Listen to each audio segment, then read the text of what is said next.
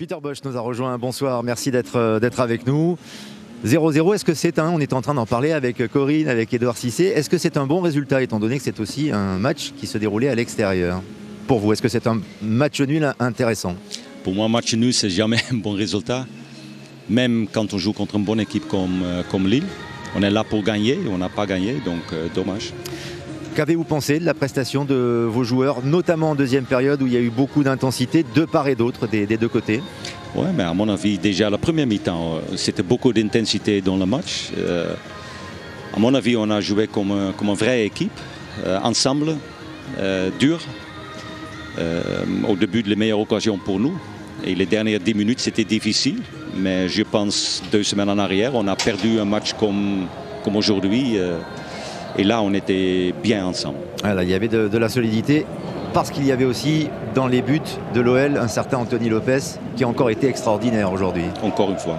Ouais. 2 beaux arrêts, mais vous y êtes habitué maintenant, peut-être avec lui. Ah, mais il est là pour ça, non? Oui, non, bien sûr, il est là pour ça, mais ce sont des arrêts spectaculaires. Quoi, absolument, en tout cas, absolument. Ouais. Comment vous entrevoyez les prochains jours, dans une période, une semaine qui a été assez agitée tout de même pour l'Olympique Lyonnais, avec donc un résultat nul ici, maintenant?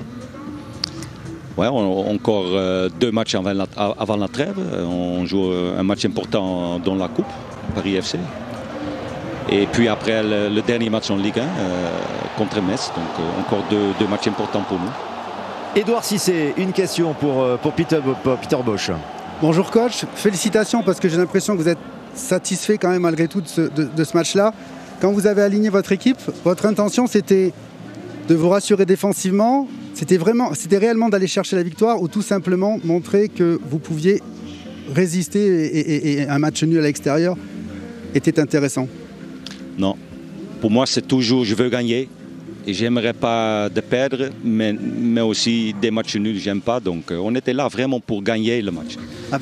En assurant, excusez-moi de vous couper, en assurant un peu plus de maîtrise, c'est-à-dire un jeu un peu plus à l'italienne, être fort défensivement et puis après profiter des rares ou des 2-3 occasions que vous auriez pu avoir pour marquer. Est-ce que c'était ça le plan de jeu? Non, il faut le dire, on joue contre une très bonne équipe dans une très mauvaise pelouse. Ça c'est vrai, on l'a souligné, vous inquiétez pas. On est habitué à la maison, mais... On l'a souligné, vous inquiétez pas, coach. C'est difficile de faire du jeu comme ça. C'est important parce qu'on a une équipe qui veut jouer football avec un bon jeu de position. Et c'est pas facile dans une pelouse comme ça. Mais malgré ça, je suis content avec le comportement de mon équipe. Question de Smaïl Bodela. Coach, on vous avait entendu, beaucoup lu, ça nous avait passionné au début de la saison, au moment de votre arrivée du côté de l'Olympique Lyonnais, sur vos principes de jeu, votre envie d'avoir un jeu tourné vers l'avant, très offensif, beaucoup plus ouvert. Là, on voit que ça évolue un petit peu. Est-ce que c'est quelque chose que vous avez remarqué et qui vous reste dans la tête pour la suite de la saison? Est-ce qu'il peut y avoir une adaptation dans vos idées pour la deuxième partie de saison? Non, mais je dis toujours, le plus important, c'est de gagner des matchs. Et si possible, avec un jeu très offensif, avec un pressing très haut, on fait. Là, aujourd'hui, on a essayé aussi de presser très haut, mais comme toujours, il y a un adversaire. Et aujourd'hui, c'était un très bon adversaire qui joue bien. Donc oui, là, de temps en temps, il faut s'adapter aussi à l'adversaire et peut-être un petit peu moins haut que l'habitude. Même Peter Bosz, ça doit être presque un but, non? Oui, bien sûr. Bonne action, l'occasion d'avoir. Premier contact. Oui, absolument. C'est en première période, en effet, le scénario de la rencontre aurait été tout à fait différent si Oussama Aouar avait pu marquer. Peter Bosz, avant de vous remercier et de retrouver votre collègue Jocelyn Gorenec pour le LOSC, avez-vous le sentiment, malgré le résultat, on a compris que vous auriez aimé gagner, que vos joueurs adhèrent vraiment à votre projet, à votre philosophie, à votre manière de voir les choses, que maintenant tout est bien intégré et que tout le monde est bien derrière vous? Alors, moi, je suis la mauvaise personne de demander ça, mais moi, je dis 100% oui. Oui. Je pense, sinon, on peut voir peut pas voir une équipe aujourd'hui qui joue ensemble comme ça. C'est une bonne nouvelle pour vous, en tout cas. Voilà, si vous êtes, si vous êtes content pas de nouvelle. voir, Je les savais déjà. vous le saviez déjà. Merci beaucoup, merci Peter Bosz, merci infiniment. Bravo pour ce match nul obtenu ici 0-0 devant les caméras de Prime Video sur la pelouse de Lille. En effet, deux très belles équipes aujourd'hui au stade Pierre-Mauroy. Pas de but malheureusement. Il ne manquait que les buts en effet, Jocelyn Gourvenec. Et s'il devait y avoir des buts aujourd'hui, cet après-midi, ça aurait sans doute été du côté du LOSC parce qu'il y a eu énormément d'occasions. Oui, en deuxième mi-temps. Deuxième mi-temps, mais oui. Thiago ne doit pas s'en souvenir. Oui, quasiment 5 grosses occasions. Il y en a une en première pour avoir. Et nous, c'est des occasions très nettes. Soit parce qu'on est un peu maladroit, soit parce que Anthony Lopez fait des arrêts. On peut les revoir d'ailleurs ces occasions, et notamment les deux occasions très très nettes avec Burak Yilmaz et Anthony Lopez qui fait des arrêts resplendissants. Ouais, il a fait des très beaux arrêts. On peut s'en vouloir parce qu'on a fait un gros match défensif en donnant très peu à Lyon, c'est ce qu'il fallait parce qu'ils ont du talent et ils ne se trompent pas beaucoup dans les 30 derniers mètres adverses. Et après, c'est ce qu'on voulait, on a corrigé à la mi-temps pour aller un peu plus dans leur dos et les faire défendre vers leur but. Et on a réussi à le faire, tout en restant équilibré défensivement. Et il fallait ça, et je trouve qu'on n'est pas récompensé parce que on s'est vraiment donné les moyens de gagner le match sur la deuxième mi-temps. Après, on va peut-être revoir, mais pour moi, il y a pénalty sur Gudmundsson sur la dernière parce que Da Silva, il fait un tacle et il prend sa cheville.